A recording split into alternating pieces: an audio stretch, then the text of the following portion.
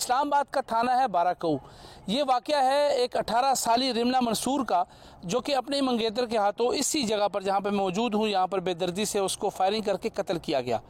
वाक़या है कि ये एक लड़की है 18 साल रिमला मंसूर, उसकी अदनान अब्बासी नामी लड़के के साथ मंगनी हुई। मंगनी से पहले भी दोनों का आपस में रब्ता था, पसंद की ये मंगनी थी और मंगनी के बाद भी ये दोनों एक दूसरे से रब्ते में रहे। पुलिस की तफ्तीश के मुताबिक और जो मुलजिम है उसने जो इंकशाफात किए हैं उसके मुताबिक रिमला ने एक मोबाइल का तकाजा किया अदनान से कि मुझे एक मोबाइल ख़रीद के दो, और मेरे पास मोबाइल नहीं है, जिस पर अदनान ने उससे कमिटमेंट की कि मैं तुम्हें मोबाइल देता हूँ, और इसी जगह पर उसको बुलाया। रिमला के साथ उसकी छोटी बहन और उसकी वालदा भी थे, और यहाँ पर जब बुलाया गया तो उसने कहा मेरा मोबाइल दो, और उसी दौरान जो है मोबाइल की जगह अदनान अब्बासी ने अपनी जो है वो जेब से पिस्टल निकाला और बेदर्दी से 4 से 5 फायर करके रिमला को मौके पे उसकी यहाँ पर मौत वाक़या होगी।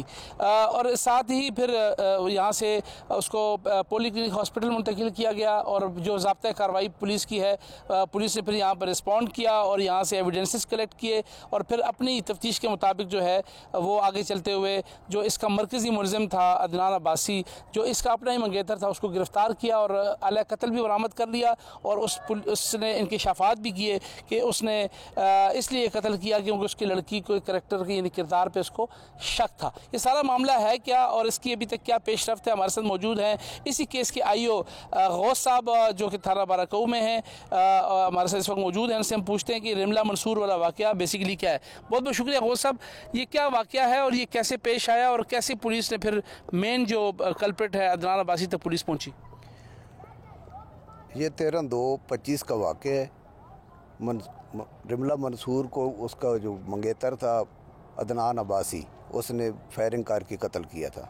पुलिस इतला पाकर पॉलीक्लिनिक पहुंची, मौके पे आई, नाश हवाले वर्सा करने के बाद तमाम शवाहिद इकट्ठे किए और मुलज़िम अदनान अब्बासी को गिरफ़्तार करके उससे पिस्टल आले कत्ल बरामद किया, जिसने दौरान इंट्रोगेशन इस चीज़ का इंकशाफ किया कि मैंने रिमला मंसूर को उसकी कोई हरकत मशकूक थी इन दिनों में, जिस वजह से मैंने फायरिंग करके उसे कत्ल किया है, जिसको पेश अदालत करके जुडिशल हवालात भिजवाया जा चुका है।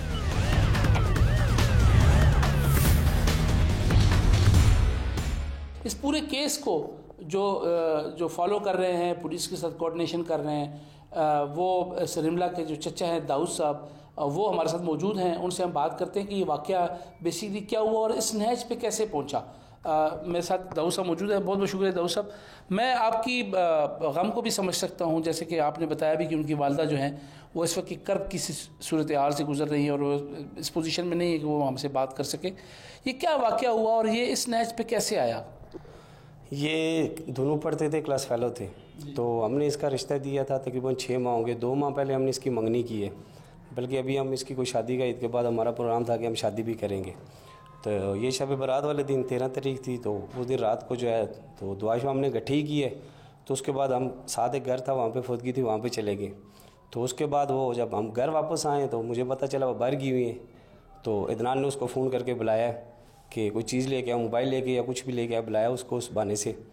तो जब वो वहाँ पे गई तो उसके तकरीबन हम घर पहुँचे, मुझे 10 मिनट के बाद कॉल आ गई भतीजी की, छोटी जो उसके साथ थी दूसरी। तो उसने मुझे कहा कि चाचू इस तरह इसको गोली लग गई है रमला को। खैर हम वहाँ से भागे, हम वहाँ पे जाके पहुँचे, फिर दर्द तो उसकी मौके पे हो गई थी, उधर ही हो गई थी। तो फिर हमें भी जाते जाते टाइम लग गया थोड़ा सा, तो फिर हम वहाँ उसको लेके हॉस्पिटल गए। तो बस ये सारा सिलसिला हुआ। अच्छा तो सब पसंद की शादी भी करने जा रही थी, सब कुछ था, तो ऐसा क्या पता चला कि, और कभी रिमला ने अपने पेरेंट्स से या आपके भाई से, अपनी वालदा से कोई बात की कि अदनान के साथ उसके कोई अब हालात ठीक नहीं है? या मेरे पास ये भी खबर थी कि शायद वो खुश भी नहीं थी इस रिश्ते से, बाद में वो इस रिश्ते को शायद तोड़ना चाहती थी या छोड़ना चाहती थी, इसमें कोई हकीकत है?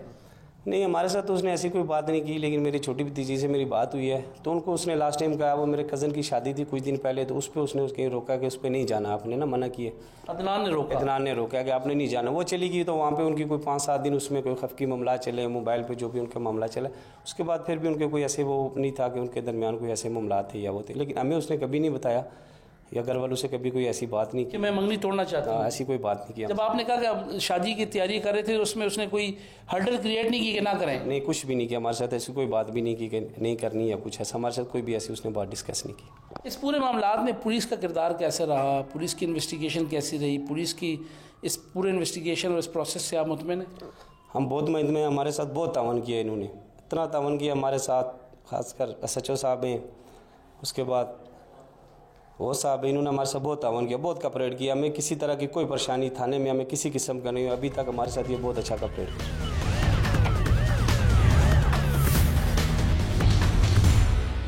जी बिल्कुल, इस वक्त हम आपको रिमला मंसूर का केस रिपोर्ट करें। 18 साल रिमला मंसूर को अपने ही मंगेतर अदनान अब्बासी ने बहाने से बुलाया और उसकी वालदा और बहन के सामने गोलियां मारकर कत्ल कर दिया गया। इस तमाम सूरत हाल पर जो कमांडिंग ऑफिसर हैं इस्लामाबाद पुलिस के SSP ऑपरेशन शुएब खान साहब, वो खुद इसको सुपरवाइज़ कर रहे थे। उनसे हम पूछते हैं कि इस केस को उन्होंने कैसे हल किया और बेसिकली उनकी नज़र में ये केस क्या है। सर बहुत बहुत शुक्रिया। रिमला जो है एक स्टूडेंट थी और उसके साथ ये मामला सारा हुआ। आपने इस केस को कैसे देखा और आपको क्या लगता है कि इसके अंदर ये वजूहात क्या हो सकती हैं इस तमाम मामले की? जब हमने अरेस्ट कर लिया, हमने इसकी बड़ी इन डेप्थ जानने की कोशिश की कि क्या वजह है, लेकिन इसमें एक चीज़ बड़ी इंपॉर्टेंट ये भी है जो कि है वो ये कि इस लड़के का प्रॉपर एक क्रिमिनल रिकॉर्ड है। डिफरेंट किस्म की FIRs इसके ऊपर थी, प्रॉपर क्रिमिनल माइंडेड बंदा भी था ये। और जो पेरेंट्स का, मेरे ख्याल में पेरेंट्स के एंड पे तो मैं तो इतना कंक्रीटली कुछ कह नहीं सकता, लेकिन आई थिंक कि जिम्मेदारी होती है कि देखा जाए कि हम अगर बेटा बेटी की शादी कर रहे हैं तो कहाँ पे कर रहे हैं, किस तरह कर रहे हैं, क्या फैमिली है, क्या एग्जैक्टली बताएंगे।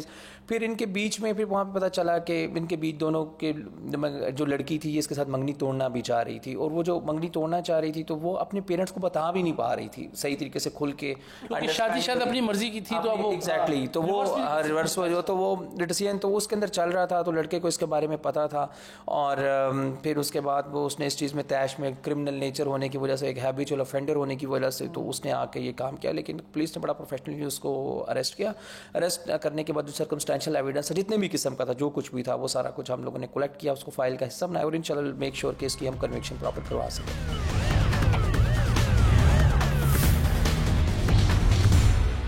मैं इस वक्त मौजूद हूँ पेशावर के इलाके चमकनी में, जहाँ एक खातून जिसका ताल्लुक कोहाट से था, उसका निकाह हुआ। निकाह के बाद 3 महीने तक रुखसती नहीं हुई। खातून पेशावर आई और अपनी माँ के घर में किसी दूसरे लड़के के साथ उसका अफेयर हुआ और उसने यहाँ पर आके दूसरे लड़के से शादी की। खातून के मुताबिक उसकी तलाक हो चुकी थी, ताहम जो साबका शौहर है उसका ये कहना है कि उसने तलाक नहीं दी थी, यूं निकाह पे निकाह हुआ है।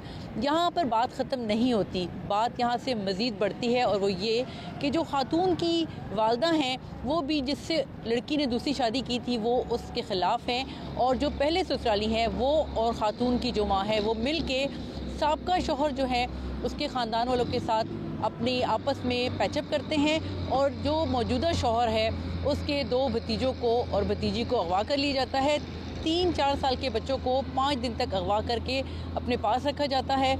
पुलिस को FIR की जाती है, जो CCTV फुटेज है उसमें बताया जाता है कि बच्चे कहाँ से अगवा हुए हैं। पुलिस के मुताबिक जो बच्चे हैं उनके लिए छापे मारे जाते हैं, तहम उनको बहुत मुश्किल बहुत ज़्यादा उनको हुई, चैलेंजेस का सामना करना पड़ा, तहम उन्होंने बच्चे बाजियाब करा लिए। और जब वो बच्चों से मिलते हैं तो बच्चे जो हैं वो बहुत बुरी हालत में पाए जाते हैं, वो खुराक बगैर होते हैं और उनकी जो हालत होती है वो इतनी अच्छी नहीं होती। पुलिस उनको अपने साथ पुलिस स्टेशन लेके आती है और उनके जो वालिदैन हैं उनको इतला करती है। वालिदैन से हमारी बात हुई तो वालिदैन का ये कहना है कि 5 दिन उनके लिए क़यामत से कम नहीं थे जब उनके बच्चे नहीं मिल रहे। ताहम वो पुलिस की कारकर्दगी से बहुत खुश हैं कि पुलिस ने उनका बहुत ज़्यादा साथ दिया, तावन किया, और यही वजह है कि वो बच्चे बाजियाब करा लिए गए। खातून जो है उसकी वालदा, जिस निकाह पे निकाह करने वाली जो खातून है उसकी वालदा अब पुलिस के पास हैं और उनको रिमांड पे जेल भेज दिया गया। इसी तरह जो खातून जिसके ऊपर साबका शौहर इल्ज़ाम लगा रहा है कि मैंने उससे तलाक नहीं दी थी और जो उसने शादी की है वो गलत है और कानून के मुताबिक नहीं है, इस्लामी कवानीन के मुताबिक भी नहीं है, तो उसको भी जेल में भिजवा दिया गया है। और अब फैसला ये होना है कि आया जो खातून है उसने झूठ बोला है कि तलाक नहीं हुई, या जो शौहर है जो दावा कर रहा है कि अब तक वो खातून उसकी बीवी है, तो अब मज़ीद जो तहकीकात है वो आना अभी बाकी है।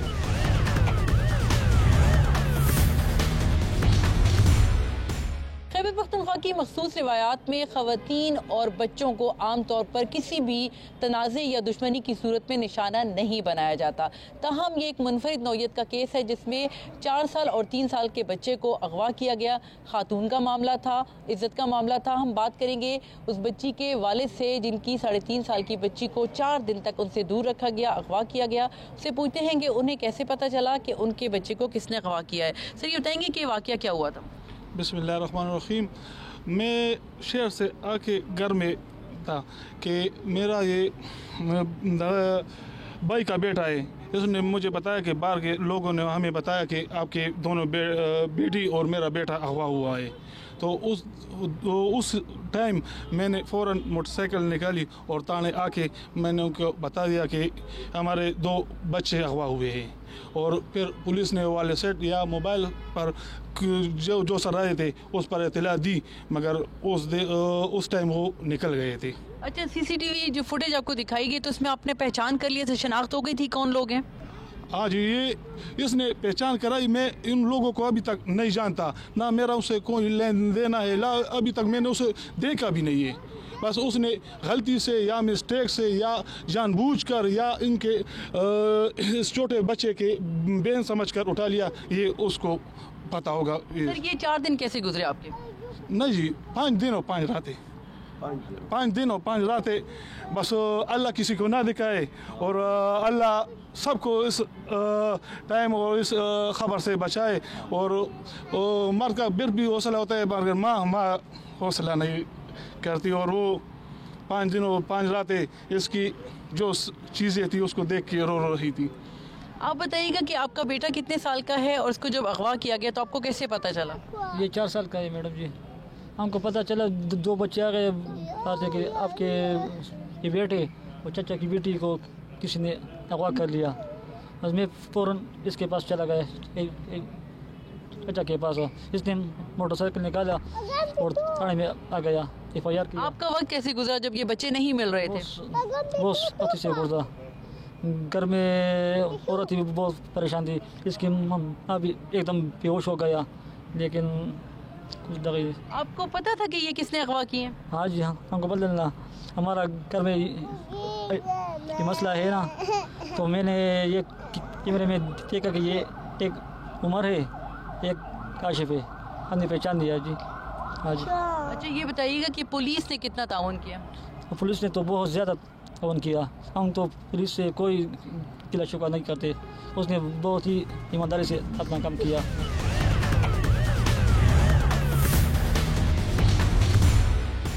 मेरे साथ मौजूद हैं ASP एहसान साहब, उनसे बात करेंगे कि केस असल में था क्या, पुलिस को कौन कौन से चैलेंजेस का सामना करना पड़ा और वो किस हद तक कामयाब रही।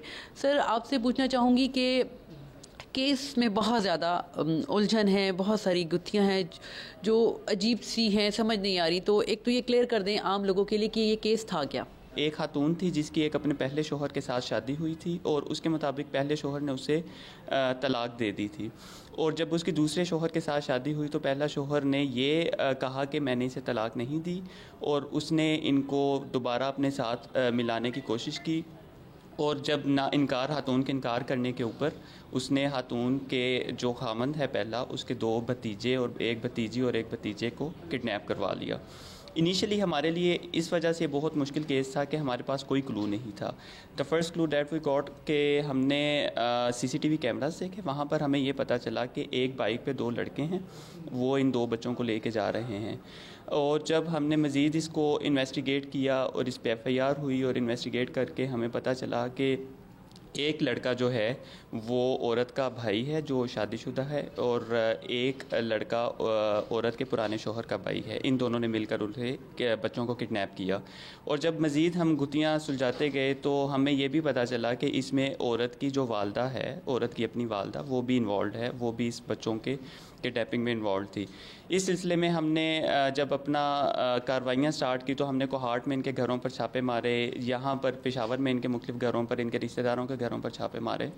और कल खुशकिस्मती से हमारे SHO और इनकी टीम ने बड़ा बेहतरीन काम किया। आकिफ़ ने इन्होंने एक घर इन्होंने किराए पे लिया हुआ था, औरत ने, इन्होंने उसके घर पर छापा मारा। वहाँ पर औरत जो इसकी औरत की वालदा थी वो और 2 बच्चे जो है वो बाजियाब हो गए अल्हम्दुलिल्लाह। इसके बाद अब जो दूसरे 2 लड़के हैं किडनैपर्स हैं, औरत का भाई और औरत के पहले शोहर का भाई, वो दोनों एट लार्ज हैं। पुलिस उनके पीछे है, इंशाअल्लाह ताला वो भी जल्द मिल जाएंगे।